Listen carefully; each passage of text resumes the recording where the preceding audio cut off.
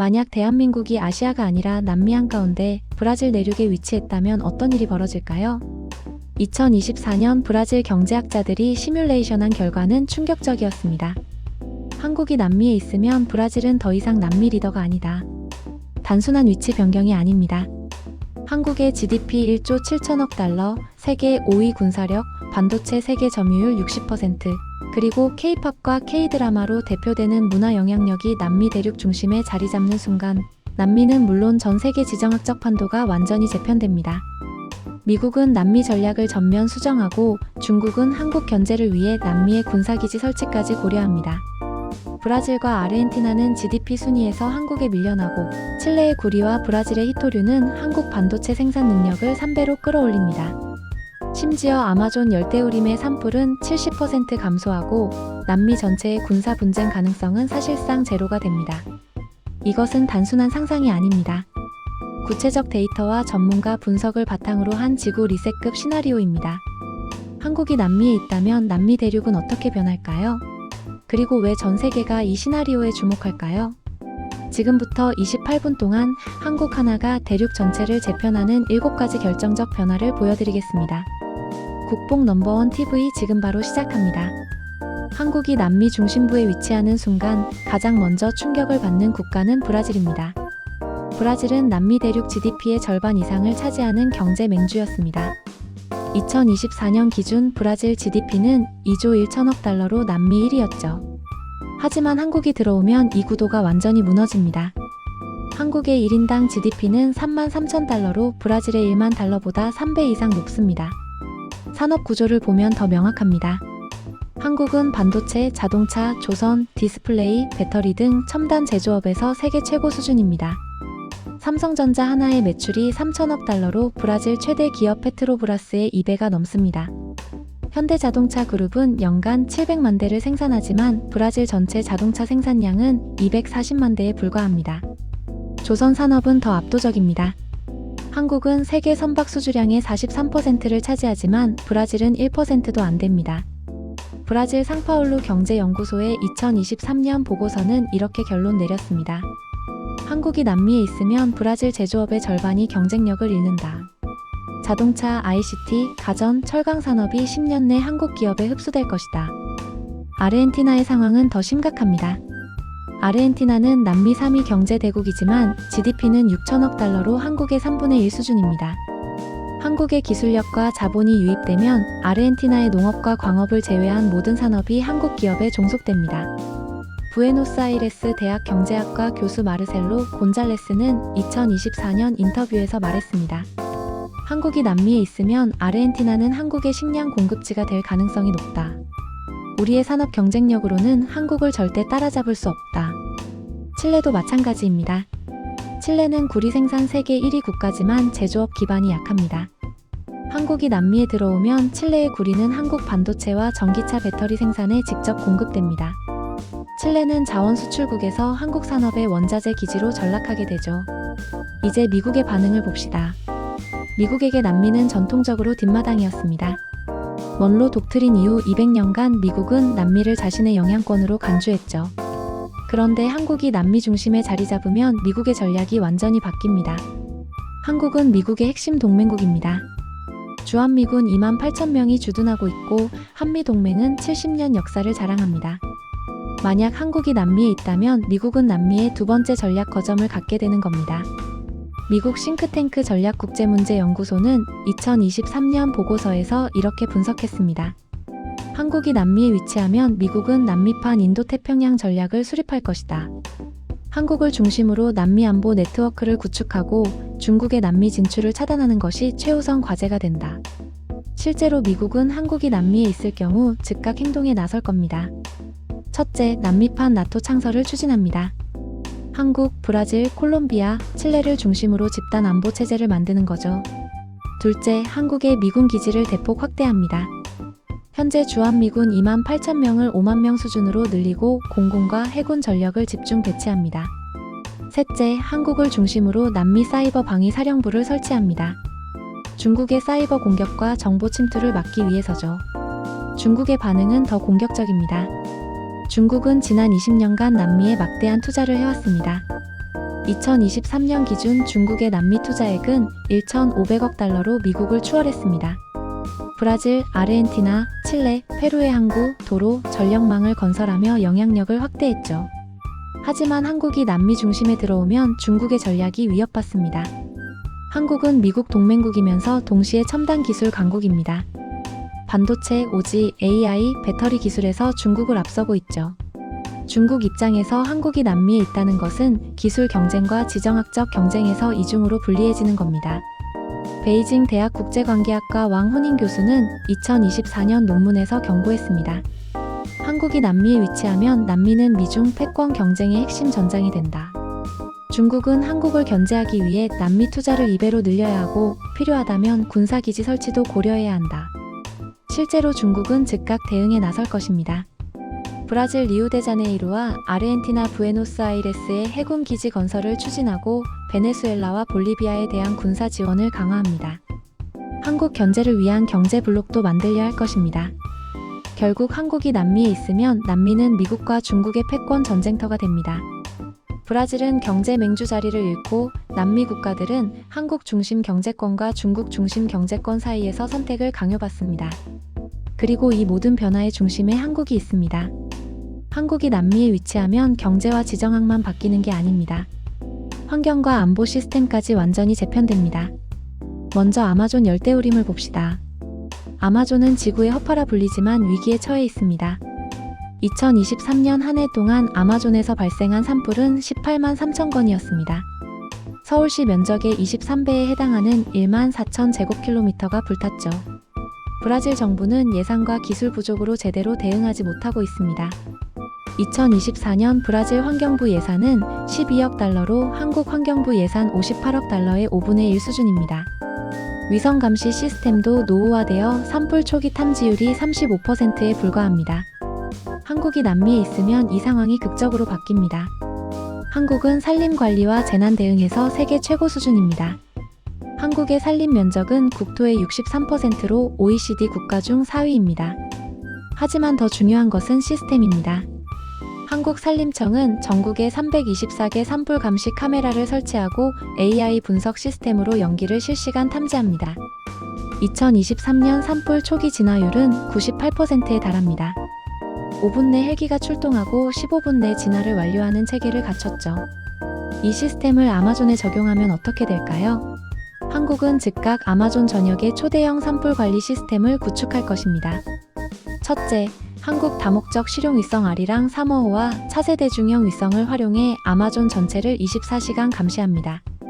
해상도 55cm로 작은 연기도 즉시 포착하죠. 둘째, AI 딥러닝 분석으로 산불 발생 위험 지역을 사전에 예측합니다. 기온, 습도, 풍속 데이터를 분석해 72시간 전에 경보를 발령합니다. 셋째, 한국형 소방 헬기 수리용과 소방 드론 300대를 배치해 30분 내 어느 지역이든 도착할 수 있게 만듭니다. 서울대 환경대학원이 2023년 시뮬레이션한 결과 한국의 산불 관리 시스템을 아마존에 적용하면 산불 발생 건수를 70% 감소시킬 수 있습니다. 연간 피해 면적은 1만 4천 제곱킬로미터에서 4천 제곱킬로미터로 줄어듭니다. 이는 서울시 면적의 7배를 매년 구하는 것과 같습니다. 브라질 환경학자 카를로스 노브레는 2024년 인터뷰에서 말했습니다. 한국의 환경관리 시스템은 남미가 30년 안에 도달하기 힘든 수준이다. 한국이 남미에 있으면 아마존은 살아날 것이다. 환경뿐만 아니라 기후 예측 시스템도 혁신됩니다. 남미는 홍수와 가뭄이 반복되는 지역입니다. 2024년 브라질 남부 대홍수로 147명이 사망했고 페루 북부 가뭄으로 50만 명이 식순환을 겪었습니다. 한국은 기상 예측에서 세계 최고 수준입니다. 한국 기상청의 태풍 진로 예측 정확도는 92%로 일본 87%, 미국 84%를 앞섭니다. 슈퍼컴퓨터 누리온과 차세대 기상위성 천리안 2호로 6시간 단위 정밀 예측이 가능합니다. 이 시스템을 남미에 적용하면 홍수 피해를 50% 이상 줄일 수 있습니다. 72시간 전 정확한 강수량 예측으로 주민 대피와 댐 수위 조절이 가능해지기 때문입니다. 이제 군사력을 봅시다. 남미는 역사적으로 국경 분쟁이 많았던 지역입니다. 칠레와 볼리비아의 태평양 전쟁, 아르헨티나와 영국의 포클랜드 전쟁, 페루와 에콰도르의 국경 충돌이 대표적입니다. 현재도 베네수엘라와 가이아나의 영토 분쟁, 볼리비아의 해양 출구 요구 등 긴장이 계속되고 있습니다. 하지만 한국이 남미 중심에 있으면 이런 분쟁 가능성이 사실상 사라집니다. 왜 그럴까요? 한국군의 압도적인 전력 때문입니다. 한국은 2024년 기준 세계 군사력 순위 6위입니다. 글로벌 파이어파워 평가에서 브라질 10위, 아르헨티나 32위, 칠레 46위를 압도합니다. 구체적 수치를 봅시다. 한국 육군은 현역 36만 명의 예비군 310만 명입니다. 남미 최강인 브라질 육군은 현역 22만 명, 예비군 134만 명으로 한국의 절반 수준입니다. 전차는 한국이 2,600대를 보유한 반면 브라질은 400대, 아르헨티나는 200대에 불과합니다. 한국의 K2 흑표 전차는 세계 최고 수준입니다. 55구 경장 120mm 활강포로 3km 방 목표를 명중시키고 1,500마력 엔진으로 최고 속도가 시속 70km입니다. 능동방호 시스템으로 대전차 미사일을 요격하는 능력까지 갖췄죠. 반면 브라질의 주력 전차는 1970년대 설계된 레오파르트 1로 성능이 40년 이상 뒤떨어집니다. 공군력 격차는 더 큽니다. 한국은 F-35A 스텔스 전투기 40대를 보유하고 있고 2028년까지 60대로 늘릴 계획입니다. F-15K 59대와 KF-21 보람의 120대까지 합치면 5세대 전투기만 220대에 달합니다. 남미 전체를 합쳐도 5세대 전투기는 단 한 대도 없습니다. 브라질 공군의 주력기는 4.5세대인 그리펜으로 36대뿐이고 나머지는 구형 F5입니다. 해군력도 비교가 안 됩니다. 한국은 이지스 구축함 6척을 보유하고 3척을 추가 건조 중입니다. 세종대왕급 이지스함은 배수량 1만 톤의 SME 미사일 80발, 대한 미사일 16발을 탑재합니다. 동시에 1,000개 목표를 추적하고 20개를 동시 공격할 수 있는 능력을 가졌죠. 반면 남미 최강인 브라질 해군의 최신 프리기탐은 배수량 6,000톤으로 한국 이지스함의 절반이고 동시 교전 능력은 8개 목표에 불과합니다. 미사일 기술은 더욱 압도적입니다. 한국은 현무이 탄도미사일로 800km를 정확히 타격합니다. 현무3 순항미사일은 사거리 1,500km로 남미 어느 국가도 이런 장거리 정밀 타격 능력이 없습니다. 사이버전 능력도 차원이 다릅니다. 한국은 세계 2위 사이버 강국으로 사이버 작전 사령부에 1만 명의 전문 인력을 보유합니다. 반면 브라질 사이버 사령부는 2,000명, 아르헨티나는 500명 수준입니다. 서울대 국제대학원 박철희 교수는 2023년 논문에서 분석했습니다. 한국군이 남미 중앙에 주둔하면 남미 전체 군사력의 균형자가 된다. 어느 국가도 한국의 동의 없이 군사행동을 할 수 없다. 사실상 남미의 군사 분쟁은 종식된다. 실제로 한국이 남미에 있으면 즉각 안보체제가 재편됩니다. 한국 중심의 남미 집단 안보 조약이 체결되고 한국군 교관이 남미 각국 군대를 훈련시킵니다. 한국산 무기가 남미 표준이 되고 한국형 방공 시스템이 남미 전역을 보호합니다. 남미 국가들은 군비 경쟁을 포기하고 한국의 안보 우산 아래 들어옵니다. 한국이 남미에 위치하면 가장 극적인 변화는 자원과 기술의 결합입니다. 남미는 인류가 부러워하는 자원의 보고입니다. 칠레는 구리 생산량 세계 1위로 연간 580만 톤을 생산합니다. 전 세계 구리의 28%가 칠레에서 나옵니다. 리튬도 마찬가지입니다. 칠레와 아르헨티나, 볼리비아에 걸친 리튬 트라이앵글은 전 세계 리튬 매장량의 58%를 보유하고 있습니다. 브라질은 철광석 생산 세계 2위로 연간 4억 톤을 생산하고 히토류 매장량도 2,100만 톤으로 세계 2위입니다. 하지만 남미 국가들은 이 자원을 제대로 활용하지 못합니다. 칠레는 구리를 채굴해서 중국에 팔고 중국은 이를 가공해 10배 비싼 가격에 대팝니다. 리튬도 원석 형태로 수출하고 정작 배터리는 한국, 중국, 일본에서 만듭니다. 브라질의 철광석은 중국 제철소로 가고 히토류는 정제 기술이 없어 그냥 땅에 묻혀 있습니다. 한국이 남미에 있으면 이 구조가 완전히 바뀝니다. 한국은 세계 최고의 제조 기술을 가지고 있지만 자원이 부족합니다. 2024년 한국의 구리 수입량은 80만 톤으로 전량 수입에 의존합니다. 리튬도 마찬가지입니다. 전기차 배터리 생산 세계 2위지만 리튬은 100% 수입합니다. 철광석도 연간 7천만 톤을 수입하고 히토류는 중국 의존도가 90%에 달합니다. 한국이 남미 중심에 위치하면 이 모든 자원을 즉각 확보할 수 있습니다. 먼저 반도체 산업을 봅시다. 삼성전자와 SK하이닉스는 세계 메모리 반도체 시장의 70%를 장악하고 있습니다.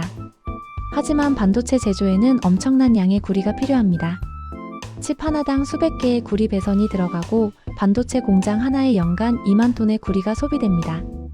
한국이 칠레와 국경을 맞대고 있으면 구리 조달 비용이 50% 이상 감소합니다. 운송비가 사라지고 관세도 없어지기 때문입니다. 서울대 경제학과 이근 교수는 2023년 연구에서 계산했습니다. 한국이 남미에 있으면 반도체 생산 원가가 15% 하락한다. 이는 삼성전자의 연간 영업이익을 30조 원 증가시킬 수 있는 수준이다. 생산 능력도 급증합니다. 한국 반도체 기업들은 칠레 북부 아타카마 사막에 대규모 반도체 단지를 건설할 것입니다. 아타카마는 세계에서 가장 건조한 지역으로 습도가 낮아 반도체 생산에 최적입니다. 구리 광산과 불과 50km 떨어진 곳에 최첨단 파운드리를 세우는 겁니다. 전기차 배터리 산업은 더욱 폭발적으로 성장합니다. LG에너지솔루션, 삼성 SDI, SK온은 세계 배터리 시장 점유율 30%를 차지합니다. 하지만 리튬 확보가 최대 과제였죠. 한국이 남미 리튬 트라이앵글 한가운데 있으면 이 문제가 완전히 해결됩니다. 칠레 아타카마 염호와 아르헨티나 살라르데 우유니에서 채굴한 리튬을 즉시 정제해 배터리로 만들 수 있습니다. 현재 중국이 장악하고 있는 리튬 정제 시장에서 한국이 1위로 올라서는 겁니다. KAIST 신소재공학과 연구팀이 2024년 분석한 결과 한국이 남미에 있으면 전기차 배터리 생산 능력이 현재 연간 300GWh에서 900GWh로 3배 증가합니다. 이는 테슬라 전 세계 생산량의 2배에 해당하는 규모입니다. 자동차와 조선 산업도 날개를 답니다. 현대자동차 그룹은 세계 3위 자동차 그룹으로 연간 700만 대를 생산합니다. 하지만 철강 원료인 철광석은 전량 수입에 의존합니다. 브라질은 철광석 매장량이 340억 톤으로 한국이 필요한 양의 500년치입니다. 한국이 브라질과 국경을 맞대면 포스코는 브라질 미나스제라이스에 대규모 제철소를 건설할 것입니다. 철광석 광산 옆에 용광로를 세우고 생산된 철강은 바로 현대자동차 공장으로 공급됩니다.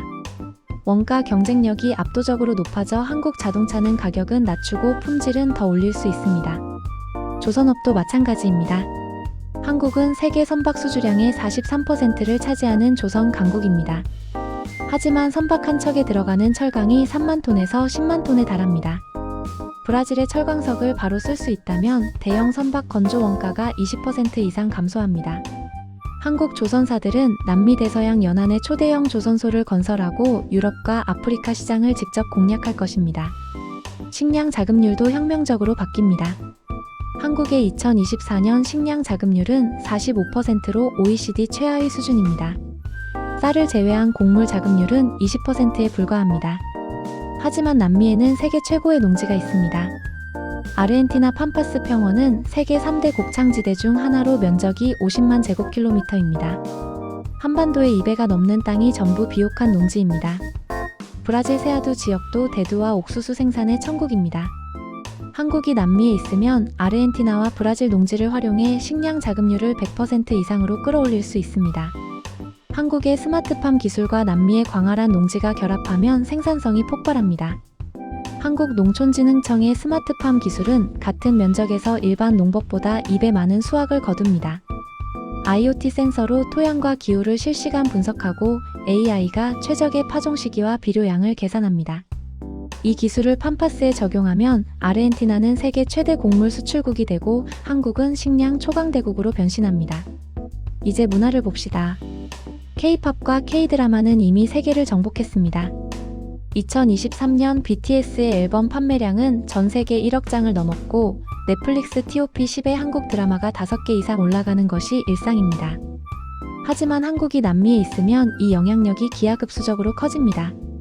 남미는 열정과 리듬의 대륙입니다. 브라질의 삼바, 아르헨티나의 탱고, 콜롬비아의 쿰비아는 전 세계인이 사랑하는 음악입니다.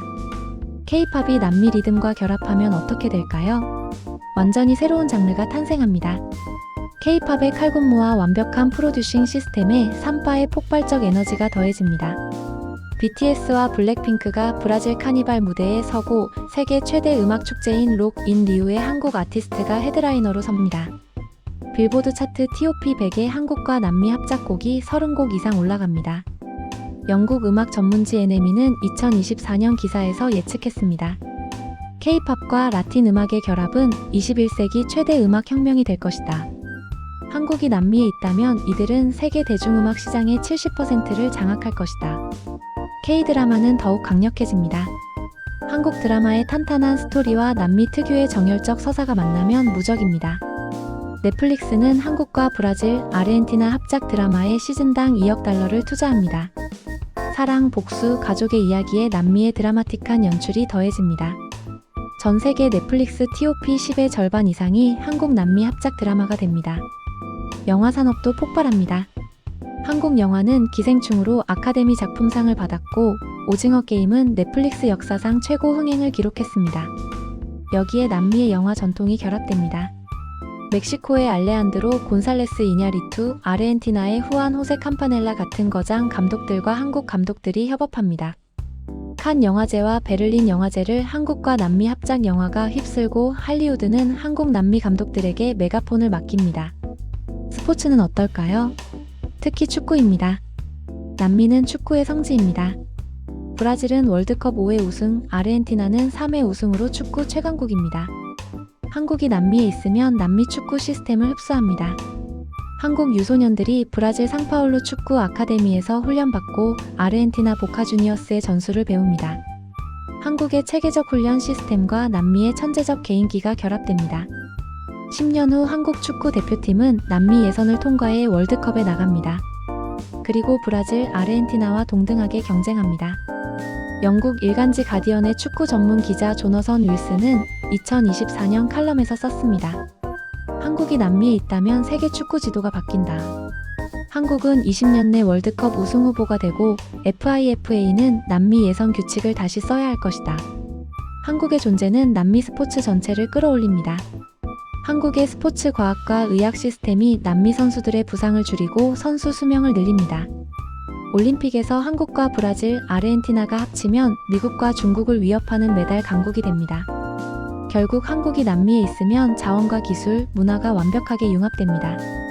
남미의 구리와 리튬과 철광석이 한국의 반도체와 배터리와 자동차가 되고 남미의 농지가 한국의 식량 안보를 책임집니다. K-팝과 삼파가 세계를 지배하고 K-드라마와 라틴 서사가 넷플릭스를 장악합니다. 한국 축구는 남미 스타일을 흡수해 월드컵을 노립니다. 이것이 바로 한국과 남미의 시너지입니다.